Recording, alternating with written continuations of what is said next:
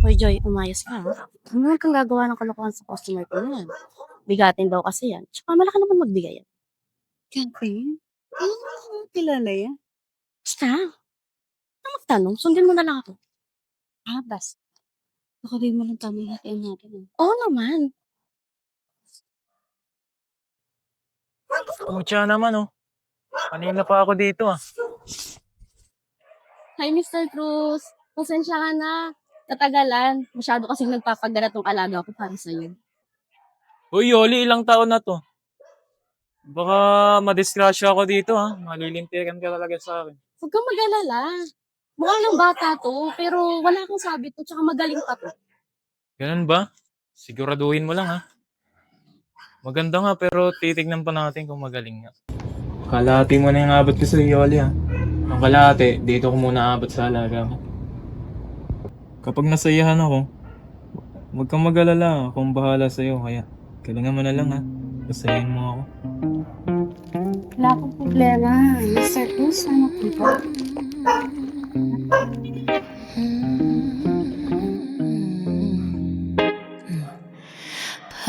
Parang bukit nalilipad-lipad sa gitna ng daan, papagapagkaspas.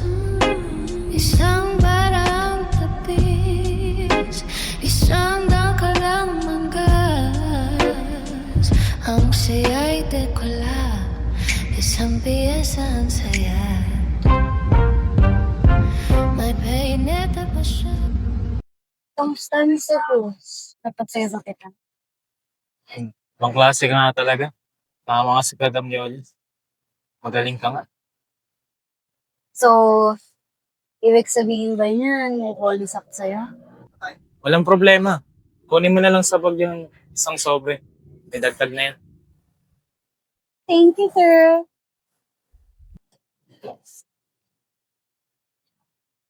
Mr. Cruz, alin sa akin dito? Ito ba? Yan lang ang para sa'yo.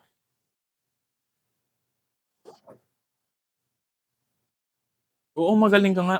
Pero hindi ako tanga para magbayad ng ganong kalaki sa tulad mo. Walang espesyal sa'yo. Kung meron man, hindi ka dapat nandito. Pwede ka nang umuwi.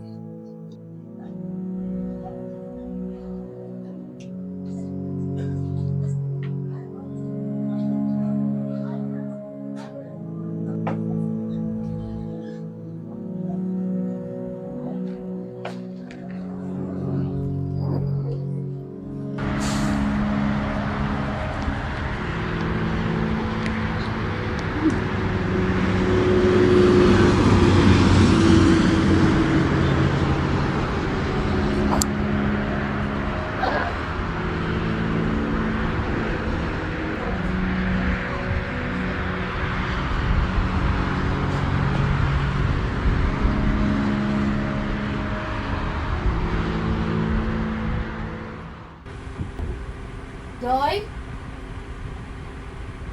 Joy, ano ulam?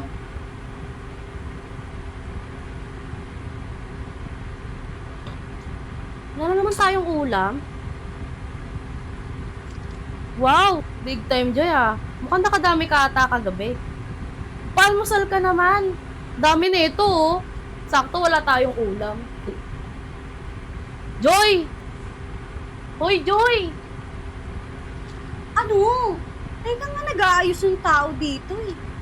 Saka ipapaalam ko lang sa'yo, maski ako hindi pa kumakain oh. Saka bayad lang naman yun ng binigay mo sa akin kagabi. Naka-big time ka mo. Sino? Si Mr. Cruz? Malamang, ayun lang naman binigay mo sa akin kagabi.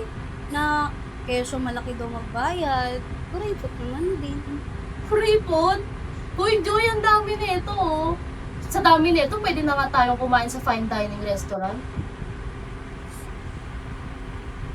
Teka nga. Nagbigay na ng paunang bayad si Mr. Cruz kagabi, di ba? At ang sabi niya, yung kalahati, iaabot niya sa'yo. Tama? Oh, tama. Puta Joy, huwag mo sabihin ito yung kalahati na inabot sa'yo ni Mr. Cruz kagabi. Alam mo, hindi ko naman kasalanan kung masyado siyang nasiyahan sa akin kagabi. Kaya, naisipan niya magbigay ng pasobra. Sobra? Aba Joy, hindi ito basta pa sobra. Sobra-sobra talaga to.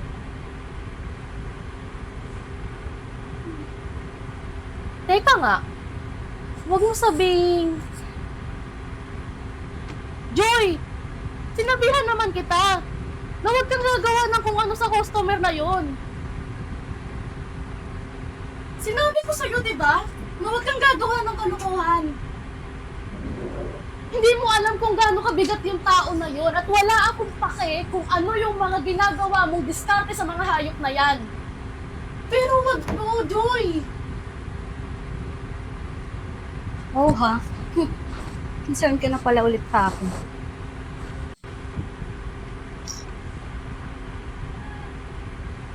Parang dati lang, kung ikaw pa naglagay sa akin sa ganitong sitwasyon. Hindi mo naiintindihan kung anong pinasok mo. Hindi ka ba naniniwala na hindi basta-basta yung ginawa mo? Hindi ka man lang ba kinakabahan? Hindi ka man lang ba natatakot? Takot? Halos araw-araw ko na atang nararamdaman yan. Simula nung gawin mong negosyo yung buhay ko. Pero ginawa ko yun para mabuhay tayo. Buhay? Binuhay mo ba ako? Ginawa mo yun para sa sarili mo.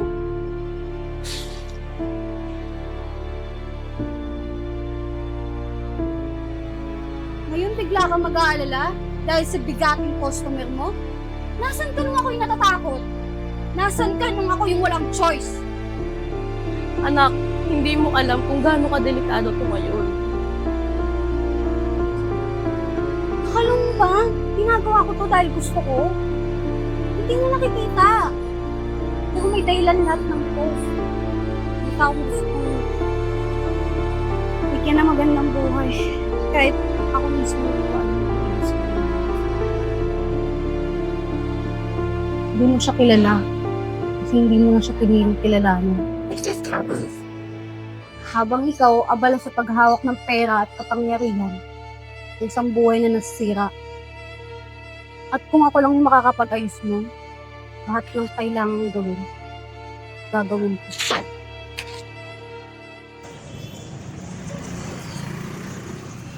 Ate Joy! Ate Joy!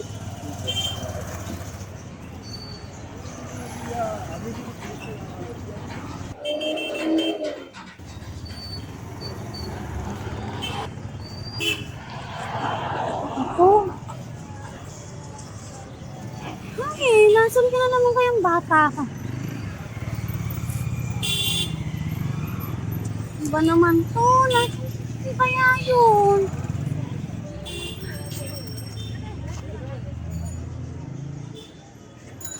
Sabi ko na nga ba, nandito ka na naman eh. Bilis! Ate Joy? Celine, nandito na ang ate! Ate Joy! Ay, naku talagang bata. Ate? Ate, umalis na silang lahat. Wala na sila dyan. Sabi mo sa akin, kasama na si Celine eh. Oo, konting tiis na lang sila ha. Pero gusto ko na talaga dyan. Celine, sa ngayon, magpapayag lang ako. Konting tiis na lang eh. Sa ngayon, gawin muna tayo, tapos kumain ka muna, tapos ako. Okay ba yun? Ako. Konting tiis na lang, Celine. Konting tiis na lang. Oh, napatawag ka. Pre, may problema ako. Yung pera kasi, wala. Nawala. Paano nawala? Ikaw may hawak ng kagabi, di ba? Oo, ako nga. Pero hindi ko naman napansin na niyakaw niya habang, alam mo lang, box na magalit kagabi, di ba? Pucha. Di ba sabi ko iuwi mo muna yung pera? Di mo na ba talaga mapigilan yung libog mo? Gabi-gabi na lang ata yan ah. Hindi ko naman alam na pag nanakawan ako ng babae na yun. Mukha naman siyang matino eh. May matino bang babae na ibebenta ang sarili at magpapagalaw sa kagaya mo? Teka nga, sigurado ka bang ninakaw? Baka naman ikaw mismo ang nagtago. Gawa ko ba ba? Bakit ka naman gagawin yun? Kasi malaking pera yun, Buboy. At ngayon, ikaw ang huling may hawak. Huwag mo sabihin pati ikaw nasisilaw na din kagaya ng ibang bata ni boss. Iniwala ka sa akin. Pinangayin ko. Huwag mo pera kung late yung babae. Umayos ka. Hanapin mo na yan at may naghihintay sa atin. Sino? Si Mr. Cruz? Oo, Buboy. At pinapadala na niya yan sa opisina. Kaya kung ako sa'yo, hanapin mo na yung pera na yan. Iisipin nilang sinabutahe mo sila. Di ako tanga para gawin yun. Patunayan mo. Ay, puta. Asan ka na ba?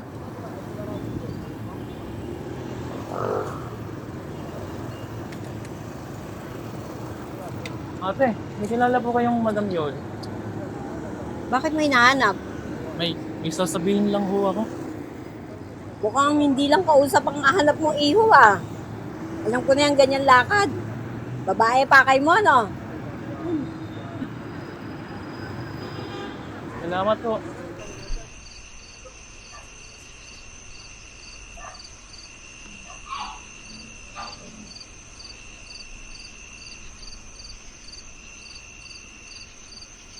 Joy? Marco, Joy, ngayon lang ulit kita nakita. Ba't ka dito? May kailangan ka? may gusto kasi ako ipasok dito. Yung kapatid ko, si Celine.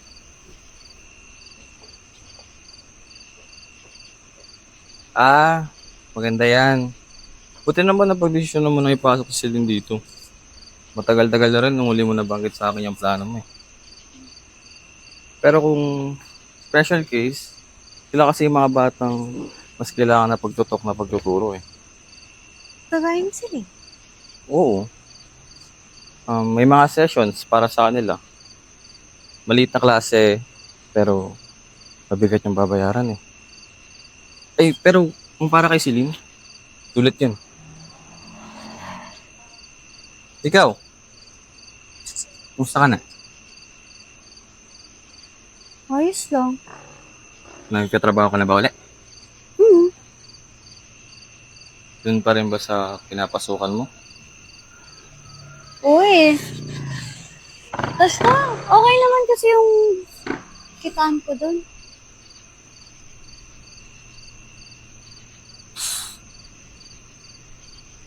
Naalala mo dati?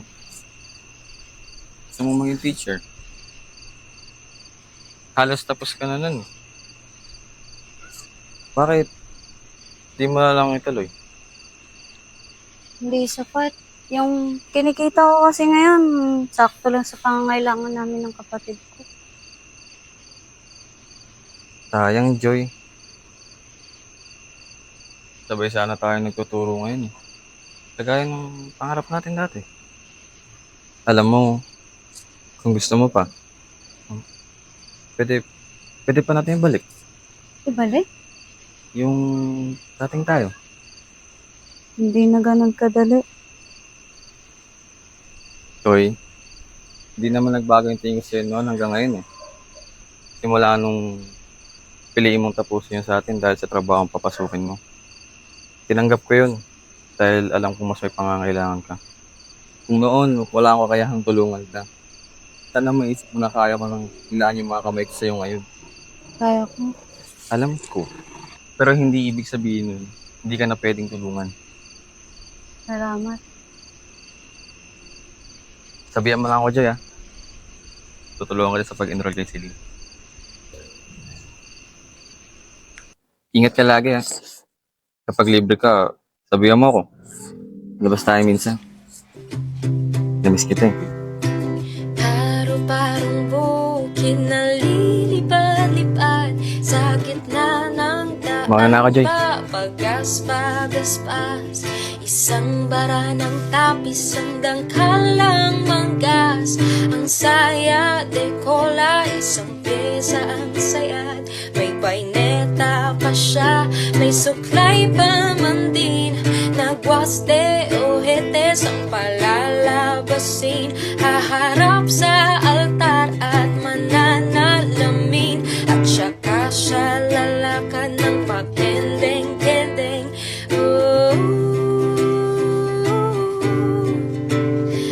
Aking paro-paro na lilipad-lipad.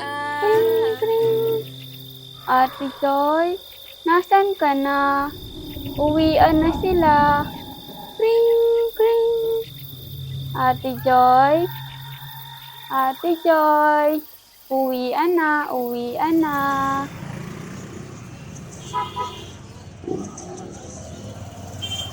Joy?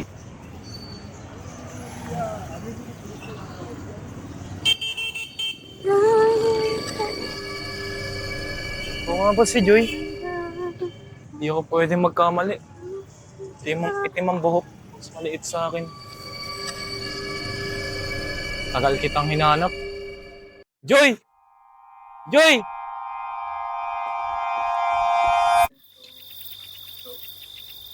Ate Joy? Ate Joy? Ate Joy? Ate Joy ko, nasan ka na? Ate Joy? Ate Joy? Ate Joy? Nasaan ka na, ate ko? Nalulungkot na si Celine. Ate Joy? Ate Joy? Ate Joy?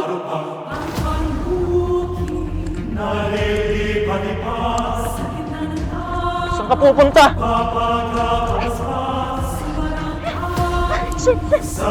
Joy! Joy!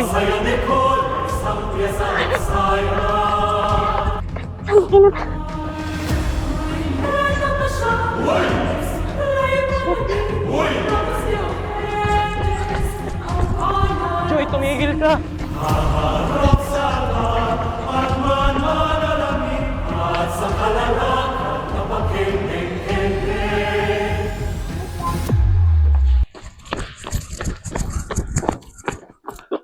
Ang ina, nahanap din kita.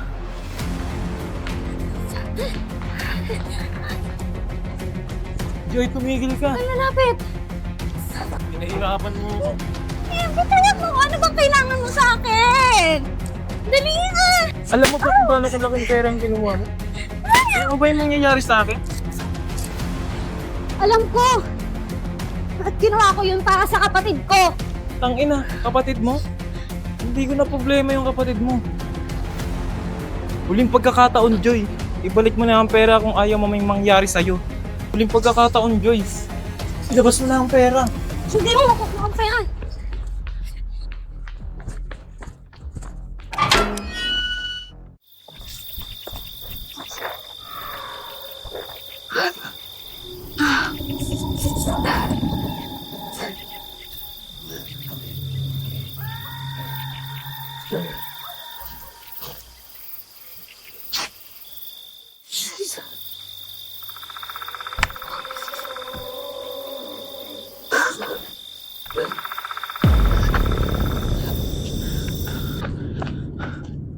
Joy, wala ka na matatakbuhan.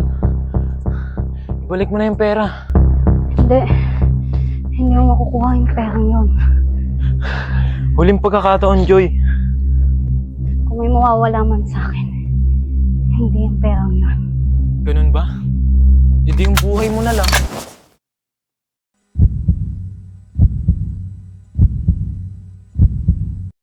Kasi ito sila.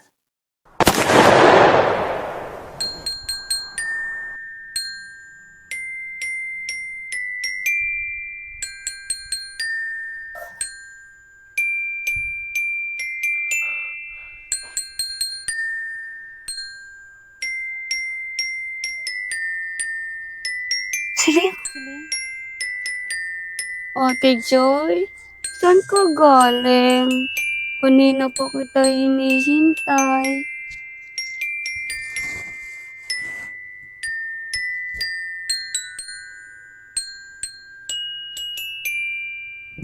Ate Joy, ano to? Bakit ang sakit, ate?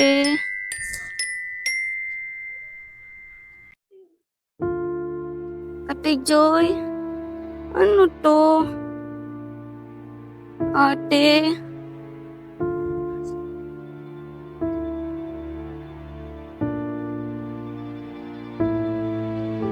Ate Joy?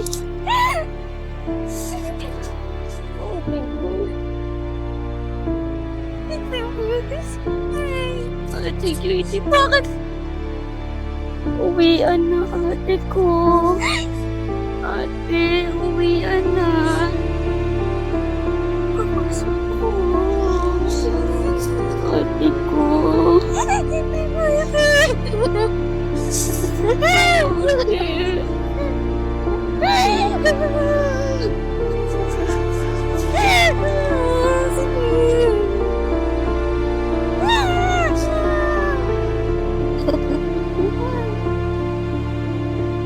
Bakit mo ginawa yun? Ate, love na love kita, Ate Joy.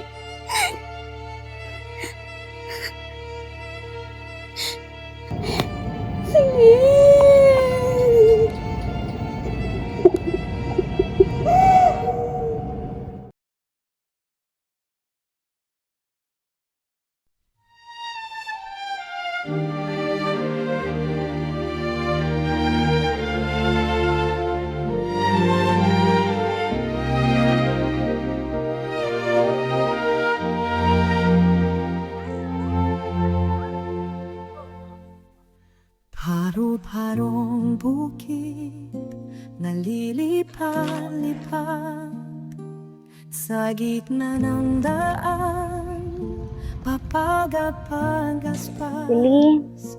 Isang barang tapis, isang gangka ng manggas. Ang saya Tignan mo, nila, isang piyesa ang saya. nakaya ko na. May paineta pa siya. Naturuan ko na sila. May suglay pa Kaya lang gusto mo.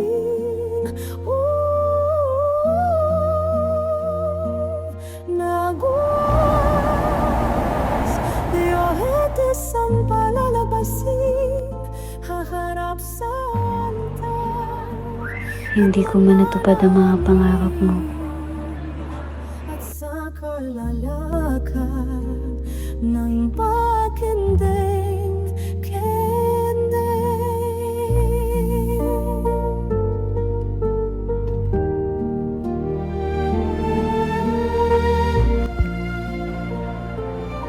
Tinulungan mo naman ako tuparin ang mga pangarap ko.